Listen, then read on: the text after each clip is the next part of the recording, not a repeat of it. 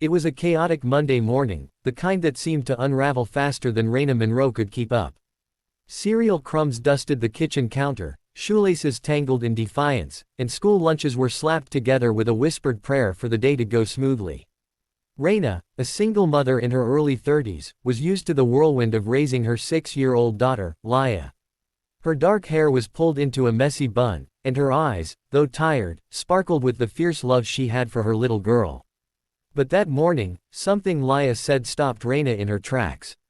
"Mommy," Laya said, tugging gently at Raina's sleeve as she knelt to tie her daughter's shoes, "I met someone today who looks exactly like me." Raina, distracted by the ticking clock and the mental checklist of the day, barely glanced up. "Oh yeah, honey," she said, her voice warm but absent. "What's her name?" "Her name's Maya," Laya said, her tone unusually serious for a 6-year-old. "She has the same eyes, same laugh, same everything. It's like she's my twin." Raina chuckled, brushing it off as childhood imagination. "Maybe she just looks a little like you, sweetheart. Lots of people have doppelgangers." She tied the final knot and stood, smoothing Laya's braid. "No, Mommy," Laya insisted, her small hands balled into fists. "It's like looking in a mirror." The words sent a faint chill down Raina's spine, but she pushed it aside. Kids had wild imaginations, didn't they? She kissed Laya's forehead, handed her the lunchbox, and ushered her out the door to catch the school bus. But as the yellow bus rumbled away, Laya's words lingered, a quiet echo in Raina's mind. That afternoon, Raina stood at the school gates, her reusable coffee cup warm in her hands, watching the flood of children spill out in a colorful blur of backpacks and laughter. Laya usually bounded toward her, all smiles and stories, but today, Raina's heart skipped a beat when she saw her daughter. Laya wasn't alone. Holding her hand was another little girl, same chestnut curls, same heart-shaped face, same dimple on the left cheek, and, most unsettling, the same tiny, crescent-shaped birthmark on her right collarbone. Raina's coffee cup slipped from her hand, splashing across the pavement. "Mommy." Laya beamed, oblivious to her mother's shock. "This is Maya." Maya gave a shy wave, her eyes, Laya's eyes, meeting Raina's with a curious, searching gaze. Raina's legs felt like jelly. She knelt, her voice barely a whisper. "Hi, Maya." A nearby teacher, Mrs. Ellis, noticed Raina's pale face. "Everything all right, Ms. Monroe?" Raina's throat tightened. Who is that child?" she asked, her voice cracking. "That's Maya Carter, Mrs. Ellis said cheerfully. "She transferred here 2 weeks ago. Sweet girl. She's with a foster family. Been in the system for a while, poor thing." "Foster," Raina repeated, her heart hammering. "Why?" Mrs. Ellis's smile softened with sympathy. "Abandoned as a newborn, I'm told. Left at a hospital." Her files full of question marks. Raina couldn't breathe. The world tilted, the chatter of children fading into a dull roar. She managed a weak smile, took Laya's hand, and led her to the car, her mind racing. That night, as Laya slept, Raina sat on her bed, poring over old baby photos. Every memory of Laya's birth flooded back, the joy, the fear, the chaos. And the one memory she had buried deep, locked away in a corner of her heart she never dared to touch. 6 years ago, Raina had given birth to twins. Premature, fragile, they were whisked away to the NICU moments after delivery. The alarms, the cold blue lights, the nurses' panicked voices, it was a blur of terror. When the doctor returned, his face grim, he told her one baby hadn't survived. "We did everything we could," he'd said.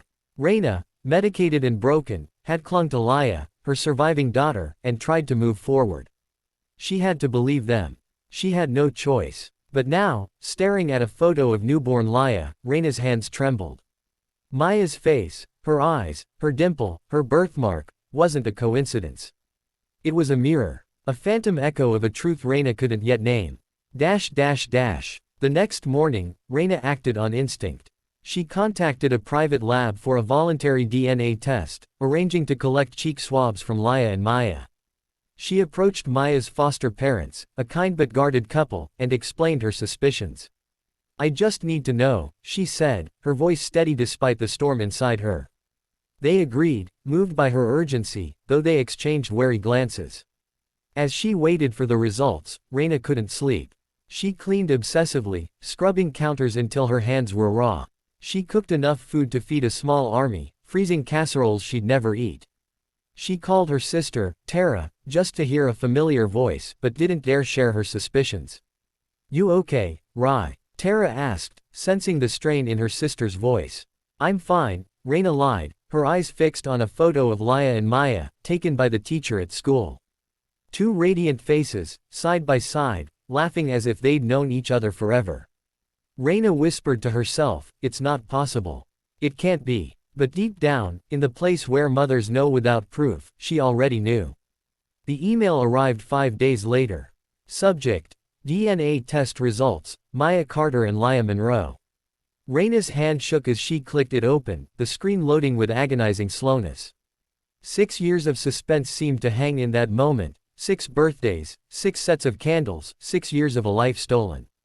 Then the words appeared: probability of full sibling match, 99.99987%. Relationship: monozygotic twins. Asterisk. Raina dropped the laptop. Her knees buckled, and sobs tore from her chest, raw and unstoppable. She hadn't cried when they told her the second baby was gone. She'd been too numb, too shattered. But now, the truth crashed over her like a tidal wave. Maya was hers, her daughter, her flesh and blood, alive, all this time, living in foster care, unprotected, unloved, because of a mistake no one had caught. Clutching her chest, Raina wept for the years lost, for the milestones missed, for the pain her daughter had endured. She remembered the NICU chaos, the alarms, the nurses rushing, the confusion. They'd told her one twin died, but Maya hadn't died. She'd been taken, or lost, or, Raina didn't know how, but she knew one thing: she would bring her daughter home. That afternoon, Raina called the foster agency. "I need to speak to someone immediately," she said, her voice steady with resolve. "It's about Maya Carter. I have her DNA test results. She's my daughter." The woman on the line gasped. "Please hold. I'm transferring you to legal." What followed was a whirlwind of meetings, paperwork, and caseworker visits. Raina learned fragments of Maya's story: found as a newborn, wrapped in a hospital-issued blanket, left at a fire station in the dead of night. No one had connected her to Raina's missing twin. No one had asked the right questions. Raina didn't care about lawsuits or blame. She only wanted Maya. She was granted supervised visitation first. At the foster center, Raina spotted Maya sitting alone, clutching a worn copy of Charlotte's Web. When Maya looked up, her face lit with recognition. "I know you," she said softly, tilting her head. "You're Laya's mommy." Raina knelt, tears welling. "No, baby. I'm your mommy too." Maya stared for a long, silent moment, then smiled. "Home," she whispered. "Yes, sweet girl," Raina choked out. "Home." They hugged, a true mother-daughter embrace, their hearts stitching together after 6 stolen years. But Raina didn't know that someone else had carried this secret, and they were about to come forward. 3 weeks later, as Raina and the girls settled into a fragile new rhythm, a letter arrived. No return address, just shaky handwriting on a plain envelope. Raina's stomach twisted as she opened it. The letter began: "Ms. Monroe, if you're reading this, you've discovered the truth. I was the night nurse the night your twins were born." Asterisk. The words spilled out in a heartbreaking confession. The NICU had been understaffed, chaotic. A clerical error, a mix-up in bracelets, and the wrong baby was recorded as deceased. Maya, the healthy twin, was mistakenly sent to another ward, then discharged to social services when no one claimed her. The nurse had seen Maya's abandonment story in the news weeks later, her suspicions gnawing at her. But fear of losing her job, her reputation, kept her silent. Now, battling stage 4 cancer, she had nothing left to lose but her soul. "I hope someday Laya and Maya will always be together, like they were meant to be," she wrote. Raina sat frozen, tears streaming down her face. She remembered the birth bracelets she'd ordered, engraved with Laya and Maya, always together. She'd kept Laya's in a drawer, unable to look at the other. Now, the truth burned: Maya had been alive, alone, because of a mistake no one bothered to correct. Raina marched the letter to the foster board. Weeks of meetings, court dates, and interviews followed. The hospital issued a formal apology, promising an investigation, but Raina brushed it aside. Her focus was Maya. Finally, the call came. Ms. Monroe, your petition for full and permanent custody of Maya has been approved. Raina collapsed in relief, laughing through her tears.